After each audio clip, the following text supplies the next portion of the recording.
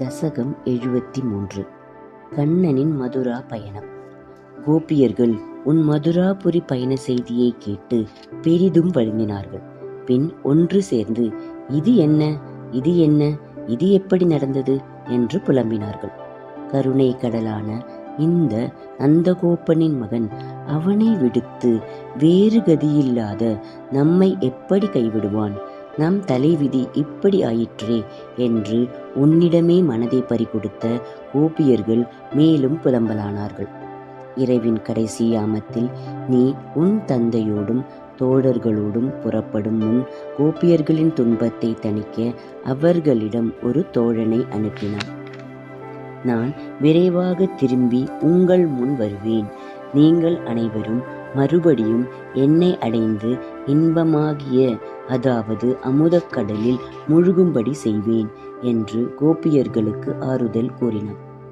வருத்தம் தங்கள் நெஞ்சை அழுத்த அந்த கோபியர்கள் உன்னை விரைவில் திரும்பி வர வேண்டும் என்று வேண்டினார்கள்.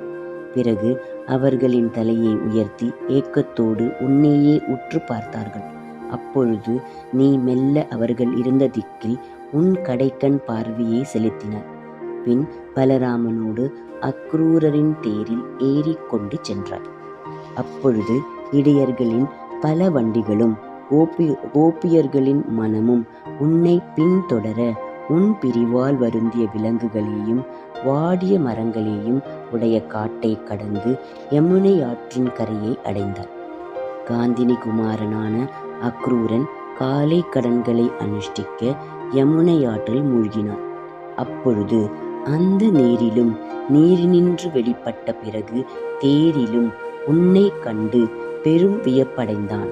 இருப்பினும் சர்வ வியாபியான உன்னுடைய தரிசனம் 4 திசைகளிலும் காண்பது விந்தைக்கு உரியதா என்ன?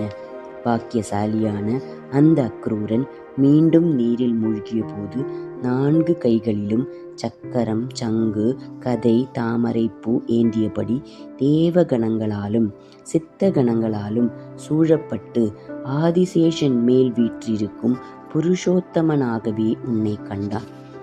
சுகுண பிரம்மமாகவும் நிர்குண பிரம்மமாகவும் உன்னை கண்ட அக்ரூரன் பேரின்பக் கடலில் மூழ்கி பலவாறாக உன்னை துதித்தான்.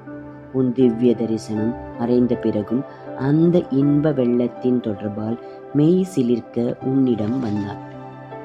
நீரில் குளிர்ச்சி மிகுதியோ, உன் உடல் முழுவதும் மயிர் கூச்செறிந்து நிற்கிறதே என அன்புடன் அக்ரூரனை கேட்டாய்.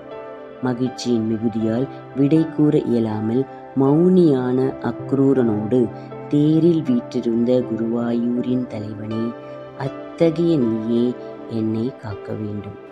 ஹரே ராமா ஹரே ராமா ராம ராமா ஹரே ஹரே, ஹரே கிருஷ்ணா கிருஷ்ண கிருஷ்ணா ஹரே ஹரே, நாராயண